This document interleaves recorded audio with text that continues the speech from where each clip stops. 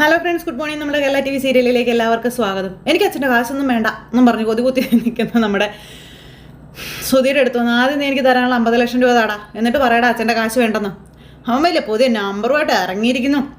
ചില്ലറ വേണോ അത്രേ, പോയി നിന്റെ ജോലി നോക്കടാ. അപ്പം വേണ്ട, അതെ വേണ്ട, അതെ ഞാൻ ശ്രുതിയോട് കാശ് മേടിച്ചോളാം. അതാ നിനക്ക് പറഞ്ഞിട്ടുള്ളൂ, പോടാന്ന് പറഞ്ഞു. എന്നിട്ട് കിടന്ന് ശ്രുതി എന്ന് പറഞ്ഞ് വിളിക്കുക. ആ സമയത്ത് രേവതിയും സച്ചിയും കൂടെ അവിടെ ഇരുന്ന് ഫുഡ് കഴിച്ചുകൊണ്ടിരിക്കുക കേട്ടോ. രേവതി സച്ചിക്ക് വാരി കൊടുക്കുന്നു. അങ്ങനെ അവർ കഴിച്ചുകൊണ്ടിരിക്കുന്ന ഈ ഒരു സമയത്ത് സച്ചി പിന്നെ കൈ കഴുകിയിട്ട് വന്ന് രേവതിക്കും വാരി കൊടുക്കുക. അങ്ങനെ ഇവർ രണ്ടുപേരും കൂടി ഇരിക്കുന്ന ഈ സമയം സച്ചി കൈ കഴുകാൻ പോയിട്ട് വന്നു. നോക്കുമ്പോൾ ഫോൺ കാണുന്നില്ല. അപ്പോഴേക്കും ഫോൺ കാണുന്നില്ലല്ലോ എന്നും പറഞ്ഞുകൊണ്ട് നമ്മുടെ സച്ചി അതിലെല്ലാം തപ്പ് പോട്ടെ, എൻ്റെ ഫോൺ കണ്ടോ എന്ന് ചോദിച്ചു. അപ്പോഴത്തേക്കും ശ്രുതി ഫോണും പിടിച്ച് കട്ടിലിൻ്റെ അടിയിൽ കിടക്കാമെന്ന് ഓർക്കണം. എൻ്റെ ഫോൺ കണ്ടോ എന്ന് ചോദിച്ചു. അപ്പോൾ രേവതിയെ വിളിച്ചിട്ട് രേവതിയോട് ഫോൺ എന്തെന്ന് ചോദിച്ചു. അത് അവിടെ തന്നെ വെച്ചിട്ടുണ്ടായിരുന്നല്ലോ, ഓർമ്മയില്ലേ? ഞാൻ ഇവിടെ കുത്തിയിട്ട ഫോണാണ്, എൻ്റെ ഫോൺ കണ്ടില്ല. അപ്പോൾ ഇവിടെ വെച്ചിട്ടുണ്ടെങ്കിൽ ഇവിടെ തന്നെ കാണും, അല്ലെങ്കിൽ പിന്നെ വേറെ എവിടെയെങ്കിലും കൊണ്ട് വെച്ച് കാണും. കുളിക്കുന്നവരോ അല്ലെങ്കിൽ എങ്ങനെയാ പതിയെ ഓർമ്മശക്തി കുറയുമെന്ന് രേവതി പറയുമ്പോൾ ദേഷ്യം പിടിപ്പിക്കരുത് കേട്ടോ. ഉടനെ അങ്ങ് കാര്യങ്ങളങ്ങ് നമ്മൾ വഷളാക്കുന്നു. ഞാൻ ഫോൺ ചാർജ് ചെയ്യാൻ വേണ്ടി ഇവിടെ കുത്തിവെച്ചാ, ചാർജ് ചെയ്യാൻ ഇവിടെ വെച്ചെങ്കിൽ അത് ഇവിടെ തന്നെ കാണണ്ടേ എന്ന് രേവതി ചോദിക്കുക. അപ്പോഴത്തേക്കും ശ്രുതിക്ക് ടെൻഷനായി. അപ്പോൾ അവിടെ എങ്ങാനും കൊണ്ട് വെച്ചിട്ടുണ്ടായിരിക്കും, ഞാൻ നോക്കിയിട്ട് വരാമെന്നും പറഞ്ഞുകൊണ്ട് രേവതി നോക്കാനായിട്ട് അങ്ങോട്ടേക്ക് പോയി. എന്നാലും ഞാൻ ഇവിടെ കുത്തി വെച്ചതാണല്ലോ, അത് എവിടെ പോയി എന്നും പറഞ്ഞുകൊണ്ട് സച്ചി ഇങ്ങനെ ആ ചാർജറിൻ്റെ ഇതും പിടിച്ചുകൊണ്ട് ഇങ്ങനെ കേബിളും പിടിച്ച് ഇങ്ങനെ നിൽക്കും കേട്ടോ. ഇത് എന്നാലും എവിടെ പോയി എന്നും പറഞ്ഞുകൊണ്ട് ഇങ്ങനെ. എന്നിട്ട് രേവതി ആണെങ്കിൽ അവിടെ മുഴുവൻ തപ്പു കേട്ടോ. അപ്പോൾ അച്ഛൻ അവിടെ ഇരിപ്പുണ്ട്. എന്താ മോളെ അന്വേഷിക്കണേന്ന് അച്ഛൻ ചോദിച്ചപ്പോൾ ശ്രുതിക്ക് ടെൻഷനായി. ശ്രുതി ഇങ്ങനെ നിൽക്കും, ഒന്നും എടുക്കാനും പറ്റിയൂല്ല. ശ്രുതിയുടെ കാര്യം കട്ടപ്പോക. സച്ചി ആണെങ്കിലും മുറിയിൽ നിന്ന് പോണുമില്ല. ആ സമയത്ത് ശ്രുതി എന്ന് വിളിച്ചുകൊണ്ട് നമ്മുടെ ശ്രുതി അങ്ങോട്ടേക്ക് വന്നു. അപ്പോൾ സച്ചി അവിടെ ഇരിക്കുന്നു. അന്നേരത്തേക്ക് എൻ്റെ ഈശ്വര, ശ്രുതി എന്തിനാ ഇങ്ങോട്ട് വന്നേ എന്ന് മനസ്സിലിങ്ങനെ ശ്രുതി പതുക്കെ നെഞ്ചത്തടിച്ചുകൊണ്ട് പറയൂ കേട്ടോ. കട്ടലിൻ്റെ അടിയിൽ കിടക്കാം മുതൽ. അപ്പോൾ ശ്രുതി എന്ന് പറഞ്ഞ് വിളിക്കുമ്പോൾ എന്താടാന്ന് ചോദിച്ചു സച്ചി. അല്ല ശ്രുതി, ഞാനിവിടെ ഉള്ളപ്പോൾ ഇവിടെ പാർലർ അടുത്ത് വരുവാടാ എന്ന് ചോദിച്ചു കേട്ടോ സച്ചി. അത് ശരിയാ. അപ്പോൾ അല്ല എന്നാലും അവളിത് എവിടെ പോയതായിരിക്കും എന്ന് ശ്രുതി ഇങ്ങനെ പറ്റി ശ്രുതി ചോദിക്കുക. എന്നിട്ട് ഇങ്ങനെ അന്വേഷിക്കുക കേട്ടോ. എന്നാലും ഇത് എവിടെ പോയി എന്ന് പറഞ്ഞിട്ട് ശ്രുതി ഇറങ്ങി പോകുമ്പോൾ അവിടെ വന്നേന്ന് പറഞ്ഞു സച്ചി. അപ്പം ശ്രുതി അവിടെ നിൽക്കുന്നു. എൻ്റെ അടിയിൽ കെട്ടികൾ കിടക്കുന്ന ശ്രുതി അറിയുന്നില്ല. അപ്പോൾ സച്ചി വന്നിട്ട് ഇങ്ങനെ ശ്രുതി ഇങ്ങനെ അടിമുടി നോക്കി. നീ എൻ്റെ ഫോൺ എടുത്തോടാ എന്ന് ചോദിച്ചു. എൻ്റെ ദൈവമേ എന്ന് പറഞ്ഞുകൊണ്ട് ശ്രുതി തലയ്ക്ക് വയ്ക്കുക കയ്യ്. എടാ നിൻ്റെ ഫോൺ എന്തിനാടാ എനിക്ക്? എടാ നീ ഉപയോഗിക്കുന്നതിനേക്കാളും 20 ഇരട്ടി വിലയുള്ള ഫോൺ ഈ ബിസിനസ് ഐക്കോണായ ശ്രുതി ഉപയോഗിക്കുന്നത് എന്നൊക്കെ പറഞ്ഞ് ഭയങ്കര ഡയലോഗ്. എന്നെ പോലെയുള്ളവരെ നിൻ്റെ ഫോൺ തൊട്ടാലേ കൈ കഴുകണം എന്നൊക്കെ പറഞ്ഞ് ശ്രുതി പോടാ ഫോൺ എടുക്കുന്നു എന്നും പറഞ്ഞുകൊണ്ട് ശ്രുതി അവിടെ നിന്ന് ഇറങ്ങിപ്പോയി. ശ്രുതി ആണെങ്കിൽ പേടിച്ച് വരച്ച് ഇങ്ങനെ കിടക്കുക. അപ്പോൾ സച്ചിയുടെ ഫോൺ കാണുന്നില്ല എന്ന് പറഞ്ഞു രേവതി. എന്നിട്ട് അതിലെല്ലാം തപ്പുക. ആ സമയത്ത് സച്ചി അവിടെ കൊണ്ട് രേവതിയെ ഫോൺ കിട്ടിയോ എന്ന് ചോദിക്കുക. ഇല്ല സച്ചി നോക്കുവാണെന്ന് പറഞ്ഞു. അപ്പോഴത്തേക്കും ശ്രുതി അവിടെ താഴെ കിടന്ന് ഇങ്ങനെ ടെൻഷൻ അടിച്ച് ഒരു പരുവായി. ഈ സമയത്ത് നമ്മുടെ സച്ചി പതുക്കെ ഇറങ്ങി പോകുന്നത് ശ്രുതി കണ്ടു.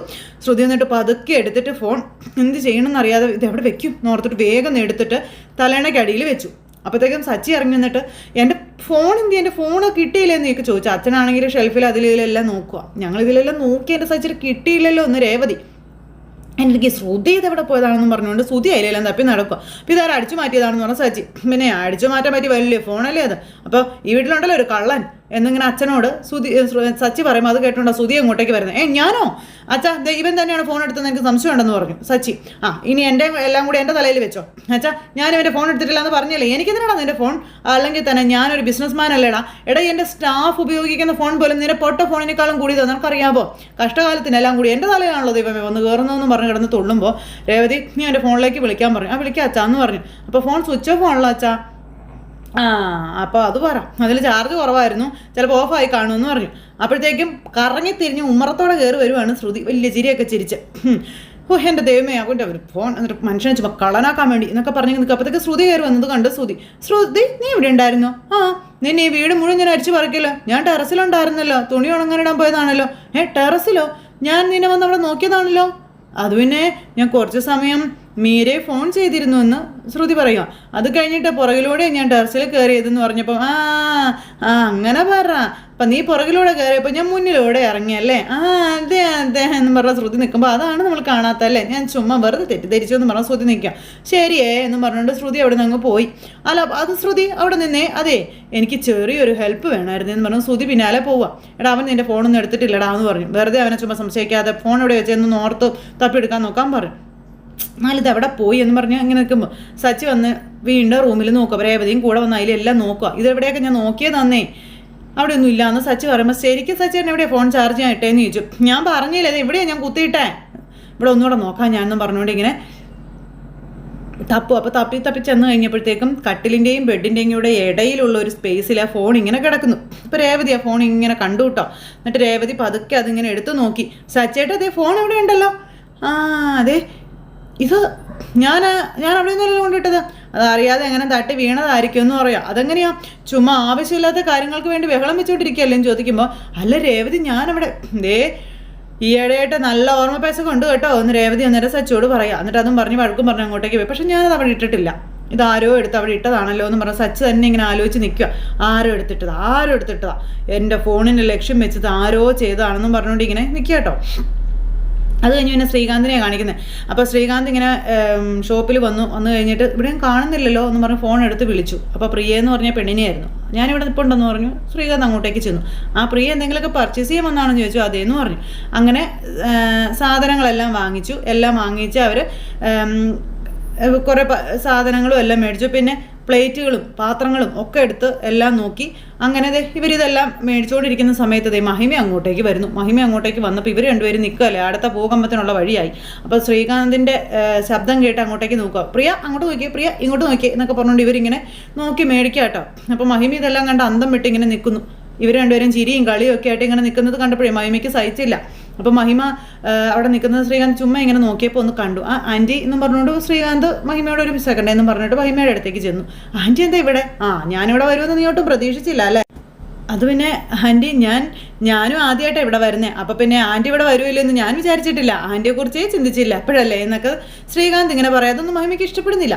അല്ല ആൻറ്റി എന്ത് വാങ്ങിക്കാൻ വന്നാന്ന് ചോദിച്ചു. ഞാനൊരു കുക്കർ വാങ്ങിക്കാൻ വേണ്ടി വന്നതാ, നീ എന്താ ഇവിടെ എന്ന് ചോദിക്കുമ്പം ഞാൻ വർക്ക് ചെയ്യുന്ന ഹോട്ടലിൽ ഈ പ്ലേറ്റുകളും കപ്പുകളും ഒക്കെ വാങ്ങിക്കാൻ വന്നതാണെന്ന് പറഞ്ഞു. അതിന് നീ അവിടുത്തെ ഷെഫല്ലേ, ഇതൊന്നും നിന്റെ പണിയല്ലല്ലോ എന്ന് മഹിമ. ആൻറ്റി ഈ ഹോട്ടൽ നടത്തുന്ന ആൾ പറയുന്നത് കേട്ടല്ലേ പറ്റൂ, ഇതൊരു ജോലിയായിട്ടൊന്നും ഇതിനെ കാണണ്ട, ചെറിയൊരു ഹെൽപ്പ് അത്രയും മതിയുള്ളൂ എന്നൊക്കെ ഇങ്ങനെ ശ്രീകാന്ത് പറയണു. അതും ഇഷ്ടപ്പെട്ടില്ല. അപ്പോഴത്തേക്കും ശ്രീകാന്ത് ഇതെങ്ങനെയുണ്ടെന്ന് ചോദിച്ചുകൊണ്ട് പ്രിയ പ്ലേറ്റുമായിട്ട് വന്നു. അന്നേരം ഇത് കൊള്ളാമെന്ന് പറഞ്ഞു. ആൻറ്റി ഇത് പ്രിയ ഹോട്ടൽ ഓണറാണെന്ന് പറഞ്ഞു. അപ്പോൾ ഓണറല്ല, ഓണേഴ്സ് ഡോട്ടർ ആണെന്ന് പ്രിയ അന്നേരം പറഞ്ഞു. അപ്പോൾ പ്രിയ ഇതിൻ്റെ മദർ ലോ ആണെന്ന് പറഞ്ഞ് പരിചയപ്പെടുത്തി. അപ്പോൾ ഹായ് ഒക്കെ പറഞ്ഞ് ഇങ്ങനെ കൈ കൊടുക്കുമ്പം ഹായ് എന്ന് പറഞ്ഞ് നിൽക്കുക. ഓക്കെ ഇറ്റ്സ് ഓക്കെ എന്നും പറഞ്ഞുകൊണ്ട് പ്രിയ ഇങ്ങനെ നിൽക്കുന്നു. അപ്പോൾ actually Srikanth very talent patient ആട്ടോ, ആൻറ്റിയുടെ ഡോട്ടർ എന്ത് ലക്കിയാണെന്നൊക്കെ പ്രിയ പറയാം. ശ്രീകാന്തിനെ പോലെ ഒരു ഹസ്ബൻഡിനെ അല്ലേ കിട്ടിയേ എന്നൊക്കെ പ്രിയ പറയുമ്പോൾ മഹിമയ്ക്ക് ഇഷ്ടപ്പെടാതെ നിൽക്കുക കേട്ടോ. അപ്പോൾ ആൻറ്റി പ്രിയ ഇങ്ങനെ ചുമ്മാ ഒരു പറഞ്ഞ് എന്നെ പുകഴ്ത്തുന്നതാട്ടോ, പ്രിയ എന്നെക്കാളും ടാലൻ്റ് ആട്ടോ എന്ന് പറഞ്ഞു. നോ എന്നൊക്കെ പറഞ്ഞുകൊണ്ട് പ്രിയ ഭയങ്കര ഇതായിട്ട് ഇവരുടെ മുന്നിൽ സംസാരിക്കാൻ എനിക്ക് ഒരേ ഒരു ദുഃഖമുള്ളൂ, ശ്രീകാന്ത് നേരത്തെ മാരീഡായി പോയത്. അപ്പോൾ ശരി നമുക്ക് അടുത്ത കാര്യങ്ങൾ നോക്കാം, ടൈം കളയണ്ടെന്ന് പറഞ്ഞു. അങ്ങനെ അതും പറഞ്ഞ് ഇവരങ്ങ് പോയി. അപ്പോൾ ആൻറ്റിയോട് ഓക്കെ പറഞ്ഞിട്ട് നമ്മുടെ ശ്രീകാന്ത് പോയി. അന്നേരം തൊട്ട് അവിടെ ചൊറിയാൻ തുടങ്ങി മഹിമയ്ക്ക്. ഇതിങ്ങനെ വിട്ടാൽ പറ്റില്ലല്ലോ എന്ന് പറഞ്ഞ് ഫോൺ എടുത്ത് അപ്പം തന്നെ ഫോൺ എടുത്ത് വർഷയെ വിളിച്ചു. അപ്പോൾ വർഷയെ വിളിച്ചിട്ട് ഞാൻ പെട്ടെന്ന് അങ്ങോട്ട് വരാമെന്ന് പറഞ്ഞു. പിന്നെ വർഷയാണെങ്കിൽ അവിടെ ഇരിക്കുക. അപ്പോഴേക്കും അവിടുത്തെ സാറ് വന്നു. അപ്പോൾ ഞാൻ ഇങ്ങോട്ട് വരുന്ന വഴി നിൻ്റെ രേവതി ചേച്ചിയെ കണ്ടായിരുന്നു. അപ്പോൾ തലയിൽ ബാൻഡേജ് അഴിക്കാൻ വേണ്ടി അവർ വന്നതാ. അവരുടെ ഹസ്ബൻഡ് കാറിലാട്ടോ വന്നതെന്ന് പറയുവാണോ? എന്നാൽ ഇവിടേക്കൊന്ന് കയറാൻ പറഞ്ഞുകൂടായിരുന്നു എന്ന് ചോദിച്ചു. അവർ രണ്ടുപേരും രേവതിയുടെ വീട്ടിൽ പോകണ വഴിക്ക് എന്നെ ഇവിടെ ഇറക്കിയതാ. പിന്നെ കയറിയിട്ട് പോകാമെന്ന് പറഞ്ഞപ്പോൾ തിരക്കൊണ്ട് പിന്നെ ഒരിക്കൽ ആവാമെന്ന് പറഞ്ഞു എന്ന് പറഞ്ഞു. കാറിൽ നിന്ന് അവർ രണ്ടുപേരും സംസാരം കേട്ടപ്പോൾ അസൂയ തോന്നിപ്പോയി. എന്തൊരു സ്നേഹം അവർ തമ്മിൽ, സംസാരത്തിൽ പോലും തേനും പാലും ആണല്ലോ എന്നൊക്കെ പറഞ്ഞുകൊണ്ട് ഇങ്ങനെ പറയണം. അപ്പോഴത്തേക്കും നമ്മുടെ സച്ചിയും രേവതിയും അവരുടെ വീട്ടിൽ ചെല്ലുന്നതാണ് കാണിക്കുന്നത്, അതായത് രേവതിയുടെ വീട്ടിൽ. അപ്പോൾ അവിടെ ചെന്ന് കഴിഞ്ഞപ്പം അമ്മ ഞാൻ ഇവിടെ കൊണ്ടുവിടാൻ വന്നതാണെന്ന് പറയുമ്പോൾ ലക്ഷ്മിയമ്മ ഓടി വന്നു ആ മോനെ കയറുവായിരിക്കുന്നൊക്കെ പറഞ്ഞ് സച്ചിയെ വിളിക്കുമ്പോൾ അപ്പോഴത്തേക്കും നമ്മുടെ ദേവ് പോകാൻ റെഡി ആയിട്ട് ഇങ്ങനെ ഇറങ്ങി വന്നു. നിങ്ങൾ നല്ല സമയത്താണ് വന്നത്, പോകുന്ന വഴി എന്നെ ഹോസ്പിറ്റലിൽ ഇറക്കാൻ പറഞ്ഞു. അപ്പോൾ ജോലിക്ക് പോകുന്ന സമയമാണ് കൂടി ഇത്, എന്താ ഇത്ര ലേറ്റ് ആയെന്ന് ചോദിച്ചപ്പം പൂ കൊടുക്കാൻ പോയതായിരുന്നു, പോണ്ടാന്ന് പറഞ്ഞാൽ ഇവൾ കേൾക്കില്ലല്ലോ, ഇങ്ങനെ എന്നും വൈകുന്നേരം ജോലി പോകുമെന്ന് പറഞ്ഞു സച്ചി. അപ്പം ജോലിയൊന്നും പോകില്ല, ഓവർ ടൈം എടുക്കുന്നതുകൊണ്ട് കുറച്ച് ലേറ്റായിട്ട് പോയാലും കുഴപ്പമില്ല എന്ന് പറഞ്ഞു ദേവു. അപ്പോഴത്തേക്കും ശരത്ത് അങ്ങോട്ടേക്ക് വന്നു. എടാ നിനക്കിന്ന് കോളേജ് ഉണ്ട്, ഇന്ന് ലീവല്ലേന്ന് ചോദിച്ചോ. അപ്പോൾ ഇന്ന് സ്പെഷ്യൽ ക്ലാസ് ഉണ്ട് ചേച്ചി, അതാ പോകുന്നതെന്ന് ശരത്ത് പറയും കേട്ടോ. എന്ന് പറഞ്ഞുകൊണ്ട് നമ്മുടെ രേവതി ഇങ്ങനെ നോക്കി. അപ്പോൾ ശരത്ത് സച്ചിയെ നോക്കി. അപ്പോൾ കള്ളം പറയല്ല കേട്ടോ, അതൊക്കെ പണ്ടാ. ഞാൻ കോളേജിൽ തന്നെയാണ് പോകുന്നതെന്ന് ശരത്ത് പറയുമ്പോൾ പോയാൽ നിനക്ക് കൊള്ളാം കേട്ടോ എന്ന് സച്ചി അന്നേരം പറഞ്ഞു. പരീക്ഷ എടുത്തു, അതിൻ്റെ ടെൻഷനിലാണ് ഇവനെന്ന് പറയുമ്പം എനിക്ക് ഒരു ടെൻഷനും ഇല്ല. ഞാൻ ടൈം വെച്ചൊക്കെ പഠിക്കുന്നുണ്ട്, എക്സാമിന് നല്ല മാർക്ക് ഞാൻ സ്കോർ ചെയ്യും, നീ കണ്ടോ എന്നിങ്ങനെ ദേവനോട് പറയുമ്പോൾ നീ ഇങ്ങനെയൊക്കെ പറയുന്നത് കേൾക്കുമ്പോഴേ എനിക്ക് സന്തോഷം തോന്നുകയാടാ എന്ന് രേവതി അനിയനോട് പറഞ്ഞു. അപ്പം അമ്മയ്ക്കും ഭഗതി സമാധാനമായി. എന്നാൽ പിന്നെ ഞാൻ ഇറങ്ങട്ടെ, ടൈമായി എന്നും പറഞ്ഞ് പോകുമ്പം പോകണമായി ഞാൻ നിന്നെ ഇറക്കാം, വേണ്ടെന്നേ എനിക്ക് ബൈക്കുണ്ട് സച്ചിട്ട് ഞാൻ പൊക്കോളാം എന്ന് പറഞ്ഞു. അതൊക്കെ രേവതി കയ്യിൽ കുറച്ച് പൈസ എടുത്ത് കൊടുത്തിട്ട് ഇത് വെച്ചോളാൻ പറഞ്ഞു. ഇരിക്കട്ടേടാ എന്ന് പറഞ്ഞു രേവതി നിർബന്ധിച്ച് കൊടുക്കുക. എന്നിട്ട് അവരെ യാത്രയാക്കി ശരത്ത് അങ്ങ് പോവുകയും ചെയ്തു.